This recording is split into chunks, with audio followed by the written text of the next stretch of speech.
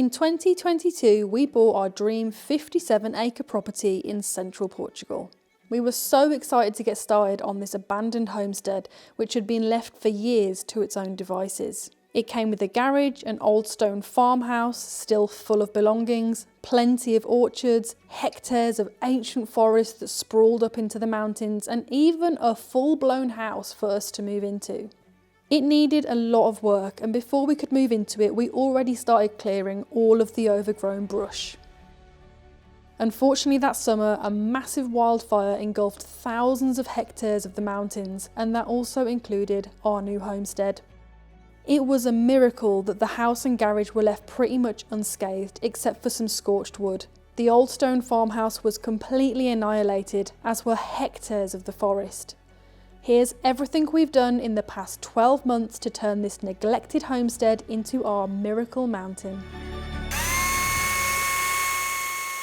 We had a lot of clearance to do. Removal of the overgrown brush, trees and debris. The fire had obviously hammered the forest and surrounding infrastructure.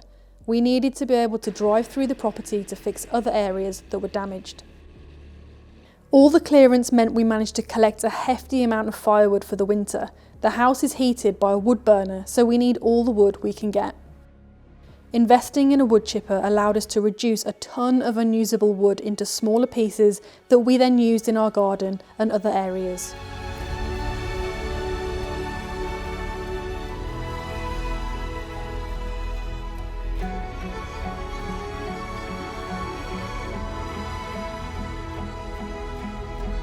Theo's always dreamt of a garage to store his tools and also work from. This project was fun to do and has allowed him to easily store everything for when he needs it. Welcome to the garage area. I'm going to do a full renovation. It's going to be a garage / workshop, and it's plenty big enough. It's about 8 meters by 5 meters, so I've got plenty of space to play with.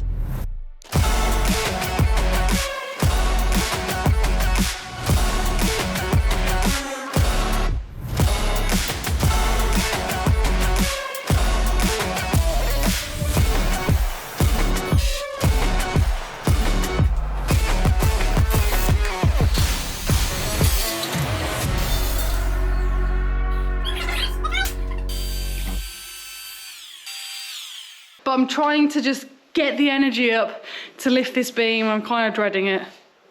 It's gonna be easy, isn't it? Of course. It's gonna be easy.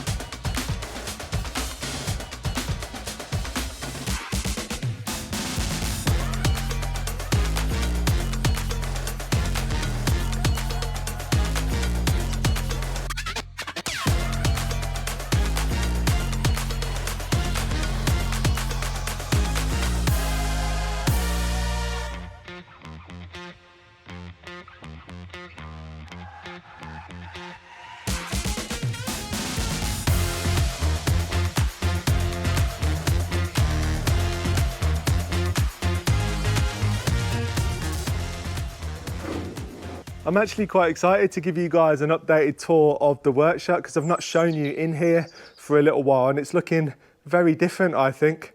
Much tidier, even though there is a lot of stuff in here and it is still a mess and things still need sorting. And I have fitted here on the window a nice blind. So in the summer, that's going to really help keep the place a little bit cooler. One of my favorite areas. And this is how the whole workshop's going to be eventually. So this will give you an idea of what it will look like. And it really is a dream come true to have this space to work out of, to store my tools, the tractor's in here. Everything's out of the sun, the rain, and it means that things are going to last longer. I've now got a workbench, so I can come here and fix stuff much easily. Before I was trying to fix stuff on the grass, on the ground, and you end up losing things and not putting things back in the place where they're meant to go. I've actually stored quite a lot of stuff on the mezzanine. You can't even see it. And that is why I created this mezzanine, because it just adds a whole another story of storage space to keep the main workshop clear. And now you can see the workbench. I don't think I've shown you the workbench on the channel yet because I only really just finished it. Let me tell you guys, basically this is about 3.5 meters, this workbench here, by 4 meters by 2 meters. So I've got plenty of workspace. I want pillar drills and sanders and all worktop stuff to be in particular areas. All of this over here is just me going through all of the screws, labeling them up and putting them in these really nice cabinets. So everything has its place and I know where it is. Maybe as well, I'll put some storage under there. But at the moment, I think the worktop is enough for now.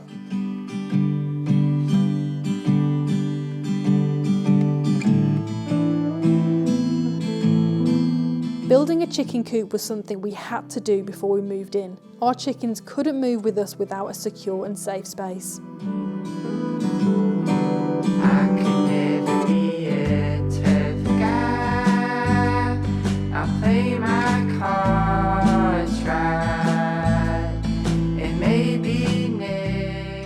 Temporary chicken coop, here we come. Let's see how this goes. It is a strong ass root. Oh, there we go. That was so satisfying. Look at his face. These sheets are perfect for cladding the temporary chicken coop. And then we'll build it to the size of one sheet of this so we have minimal cutting to do. We knocked up this temporary one out of leftover wood from previous projects and discarded roofing from the burnt out woodshed. Let's make something now, ready now, let's begin. So darkness, darkness, come on in. I won't hide from you again. Beyond no lips when lights go dim. So here we are, let's begin. Now, ready now, let's begin. The chickens are just through here in this magical glade, very happy, enjoying life in their new surroundings. Look at this, we've got some clearing up to do after we did the building, but here they are.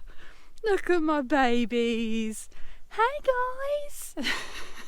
We've put some temporary roosts in that look a little bit mad right now, but they really enjoy them.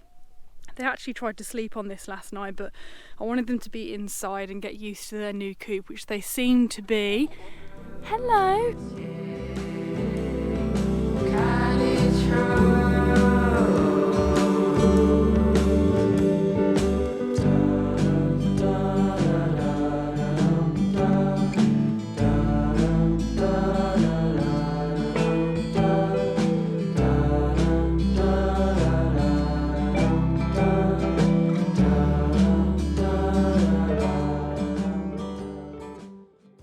It's a new year and that means new beginnings. If you've been putting off starting your own website, then listen up because I've got something to share with you. There's a platform that makes it super easy for anyone wanting to create a beautiful, professional looking website without the need for any coding skills whatsoever.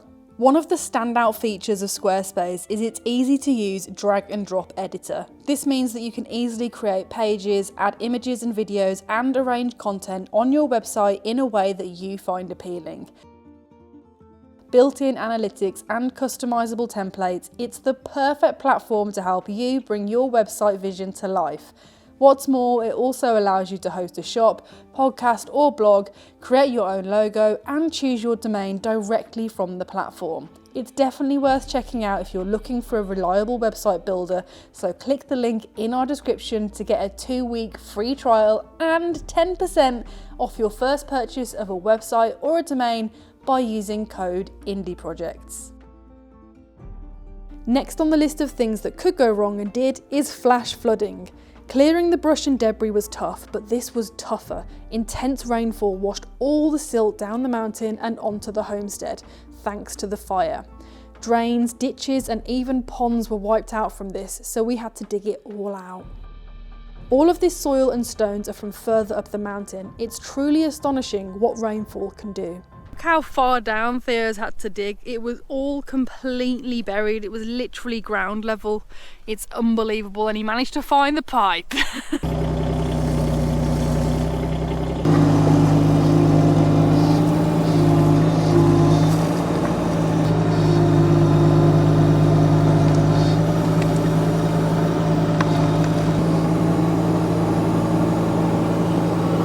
could talk about the weather.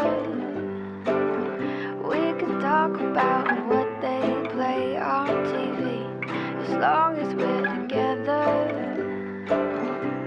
darling, you and I could talk of anything. So I just wanna hear your voice. I just wanna say your name.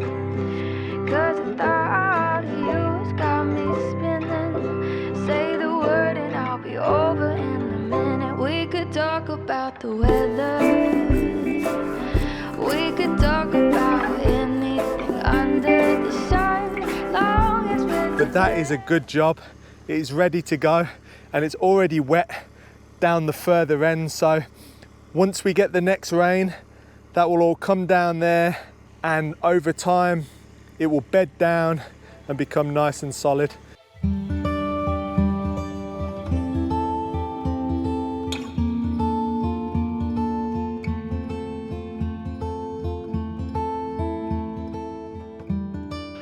but the damage from the flood, it's just, there's so much work to be done now. So this is usually a big concrete bowl where the water gets held in a pool just on that plateau over there. You can see here all of the reeds that have been swept away from the pool.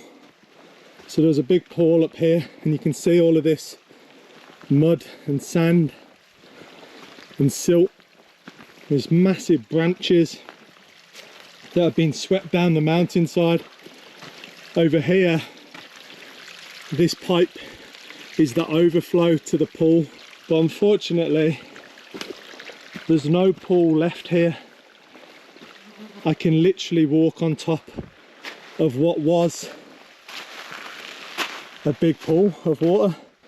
So again, some way or another, I'm gonna have to try and get a digger up here to dig this all out. There's so many roots holding this mud together. It's quite difficult to get out, but I'm getting there slowly but surely.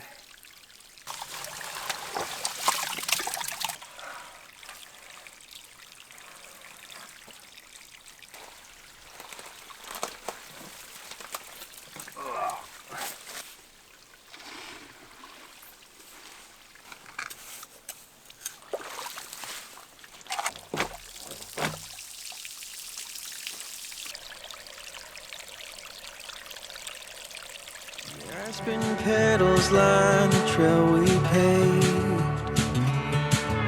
Just two kids trying to find their own way. My dusty shoes have helped me realize love is forged in the climb.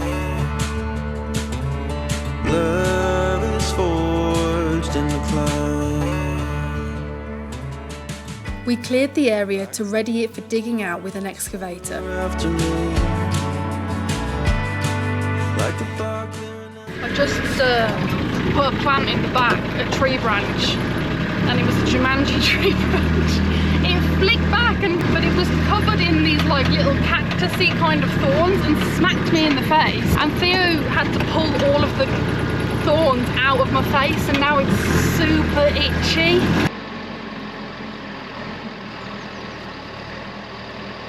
It took 3 days for the digger to remove all of the silt that had filled in the pond that once sat there.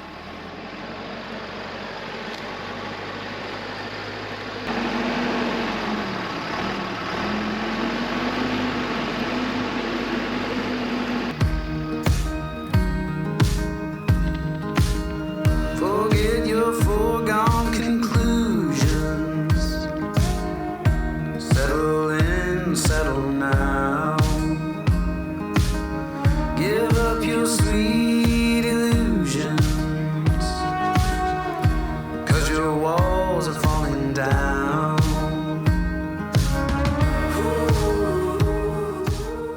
The bucket is absolutely ginormous on this thing, and you can see the shape of the pond coming together already. It's all really exciting. Everything that's been taken from here is going into fixing the road. All of this that you can see right now, you couldn't walk on. It was great big crevices that had been completely washed out, and this silt is perfect for filling the road because it's really wet, so it compacts really nicely. And obviously he's got such a heavy machine, he can drive backwards and forwards over it, and it's just looking so much better. You can see the bit that he hasn't got to yet. Look at the size of them crevices that are being filled, and now it's a fully functional road. Really cool. River gonna run you down.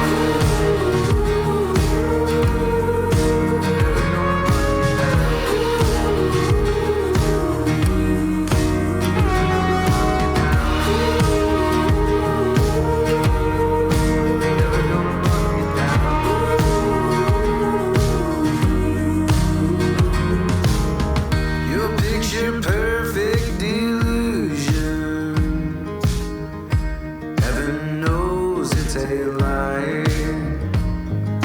It's so gloriously peaceful up here. This pond is now home to 2 different species of newts, and there's actually quite a lot of them in here. Tons of frogs and 25 goldfish of 2 different varieties. They're cold water goldfish. They're perfect for this pond and they're loving life. Because a little breeze just came up, it just blew all of that food. Work with the wind. He worked with the wind. This is actually a massive concrete bowl holding pond / dam, which is all linked to the system of ponds and lakes on our property. The spring starts here and then flows down the valley all the way into the first holding pond, which then flows a little bit further into the concrete bowl, which then flows a lot further down the valley and into the lake next to our house. Actually dug down to find out where the floor is. So the ground level here is just there, and that's a solid concrete floor, but we're looking about 2 to 2.5 feet of silt that needs moving.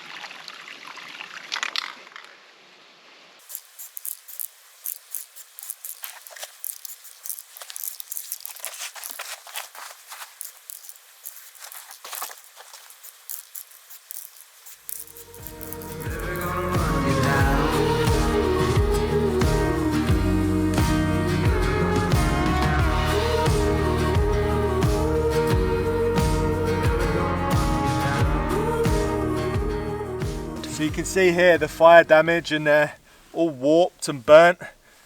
This one is still holding a little bit of water to a certain point, but then there's a big hole that's been melted further up, so they're just gonna be useless for most things, but I might be able to reuse them and take them back down the mountain for maybe the water for our goats and rainwater harvesting off of the goat shed and stuff like that. Because of the flood, you can see we've had all sorts of small landslides. So here you can see all of the root systems of the trees, and this has just been washed away, so it will need sorting in due course. But down here is our source of the spring, lovely clean drinking spring water.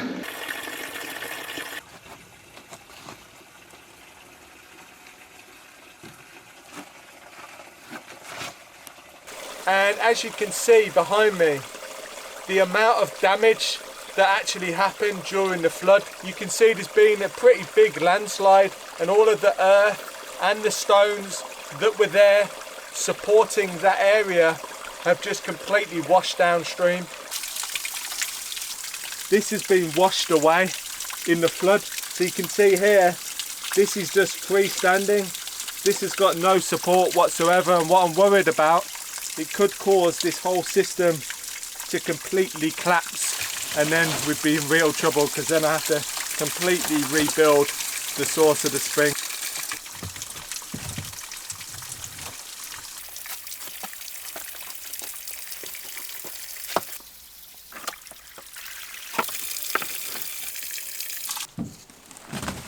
The entire piping system needed replacing, which meant battling through the washed out stream and steep inclines of the forest to remove burned and broken piping systems, as well as 3 2,000 litre water tanks.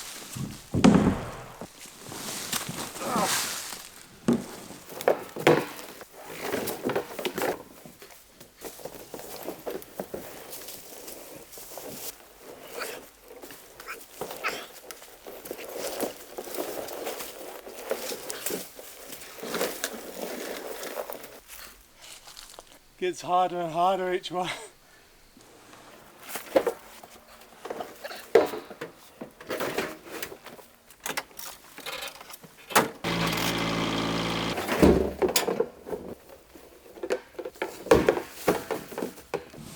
Heavier than you thought it was. Even the pipes are heavy. Maybe just roll it. You got it.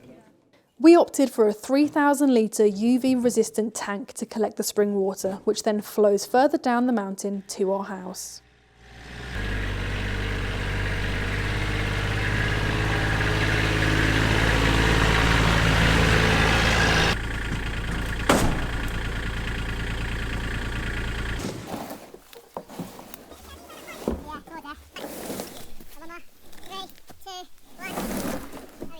So more rainfall, didn't you say, in the last 100 days than they usually get in the whole year? Yeah, that's wild, isn't it?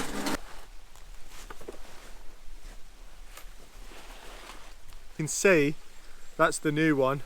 I need to pick up some more valves and some right angle pieces. A lot of these can't be reused. You can see in the fire, that's just completely melted. That's unusable. So I think if we start fresh, it's the best way to go, and they're going to last so long.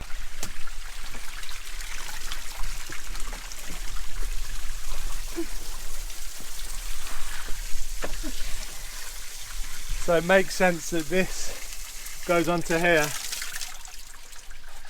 and it's just been ripped off. That makes sense. Which is crazy because it's threaded.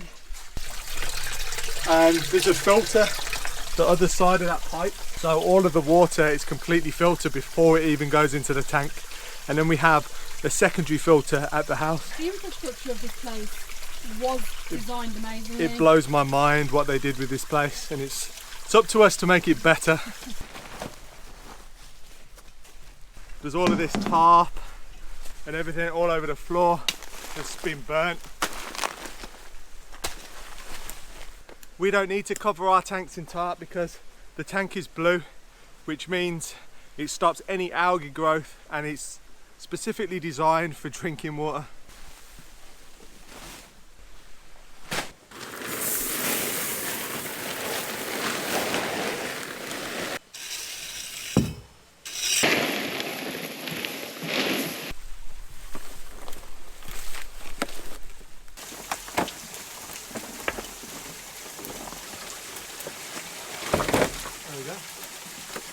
And we just roll a little bit up here. Yeah, exactly.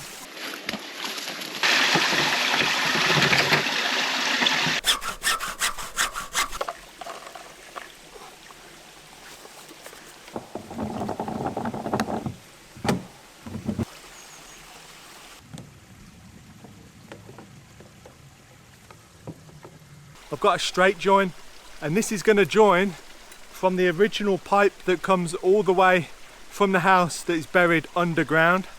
That is why we believe that the pipe is actually fine, because it was buried underground.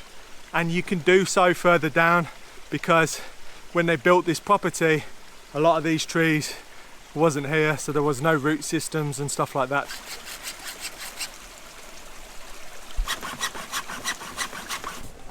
I can hear it coming into the tank. Yeah! Woo! Do you think this is going to be a little dribble? I don't know. Oh, it's coming! It's coming! Woo! Let's pressure wash it! Oh my god! Oh wow, okay. And I'm going to be starting this project behind me. The ruin had been a lived-in, if unlivable when we bought it, family farmhouse. Now it was a shell full of dangerous debris. But before we could even begin clearing it out, we had to remove all of the weeds that had sprouted around it over the months since the fire.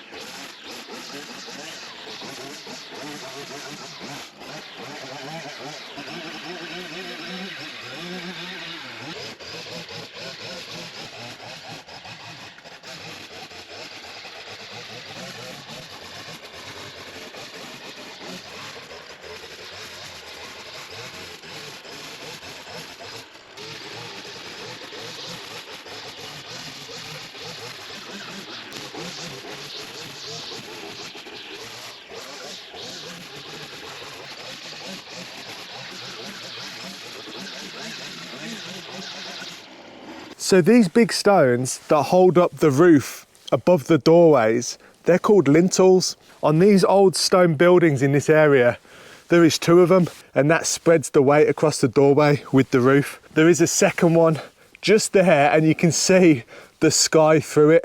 That's a gap that it's moved of around 1 foot. That needs to come out. So this all needs cleaning, and this stone is literally just perched on the edge. I don't want to stand under it for too long because it doesn't look very safe at all. So this is going to be a tricky job, moving that stone back into that pocket right there.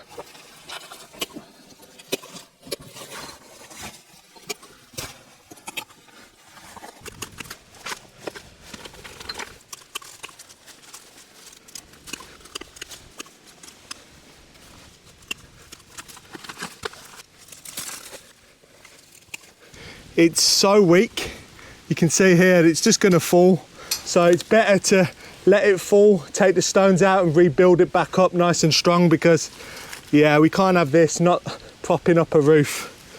It needs to be on a bed of mortar, but if I can get it in place and then later down the line I can prop it back up, get a bed of mortar under there to strengthen it, because the stone's actually fine, there's no cracks in it.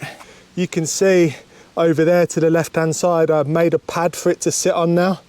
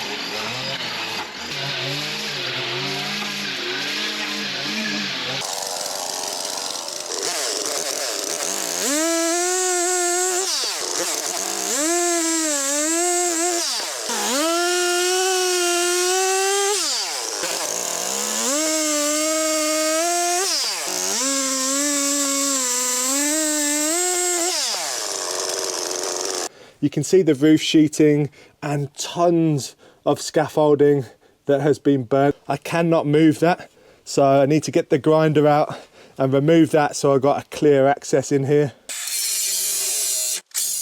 The amount of debris in the farmhouse was a lot. There was an entire roof that had collapsed in on top of 2 floors that had all sorts of stuff in, including scaffolding, furniture, building supplies, farm equipment, you name it, it was all in there. It took a lot of effort to be able to even get into the building and then break down the stuff that was in there to be able to remove it.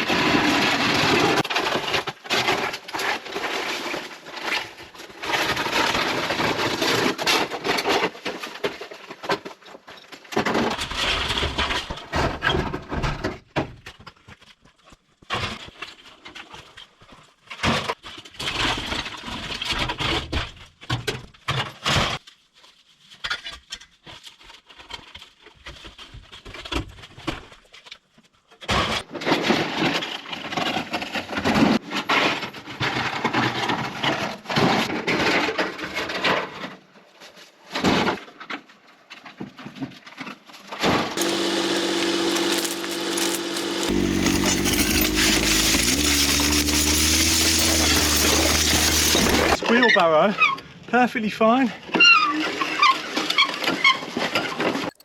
Massive granite stones that had collapsed from above needed to be pulled out, but they were too big to fit through the door, which meant that they needed to be cut up into smaller pieces before being dragged out.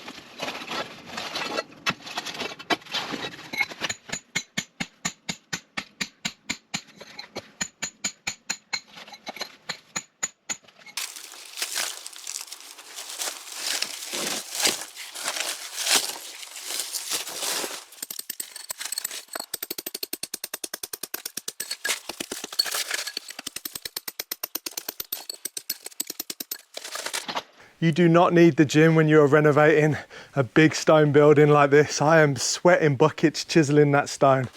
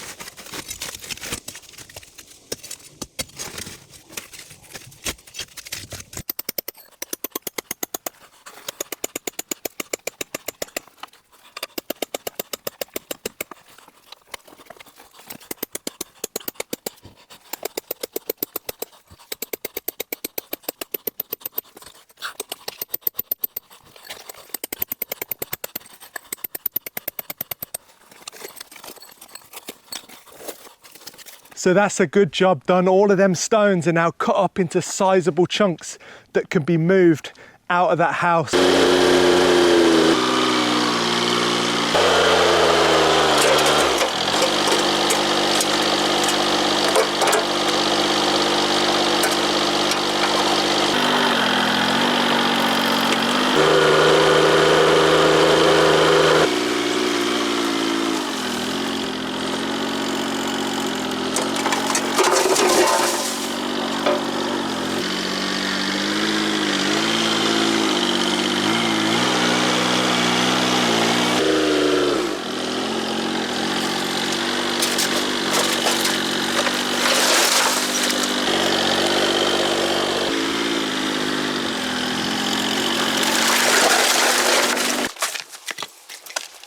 I am really looking forward to this stone being moved out the way.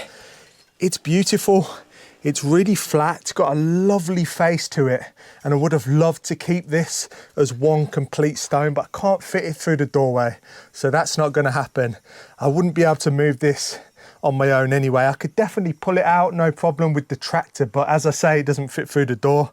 So what I'm going to do is I'm going to split this in 3 parts into 3 usable stones. It will make some really nice steps and I can use it down the line.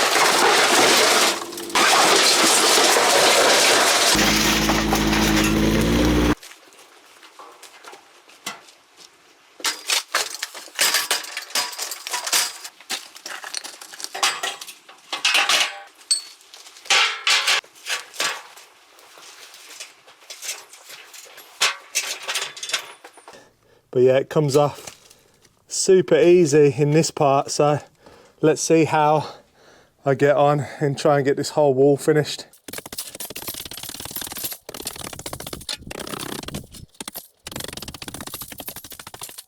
We had no idea what conditions the walls would be in after the fire and whether they were strong enough to still be used. Extreme heat weakens granite and makes it crumble, so the next thing we needed to do was chip off the remaining plaster and inspect all of the walls before we could have someone inspect the structural integrity of the building.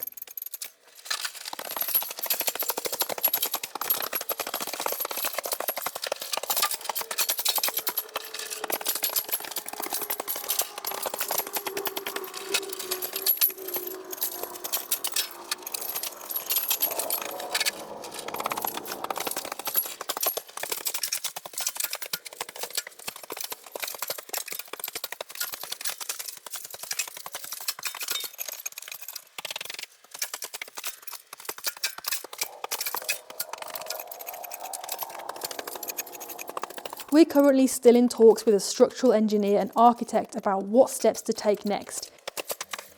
And that's it. Everything we've done over the past 12 months condensed into one video. It's been hard graft and we're ready for another year of change. Make sure to subscribe so you don't miss our videos. Thanks for watching.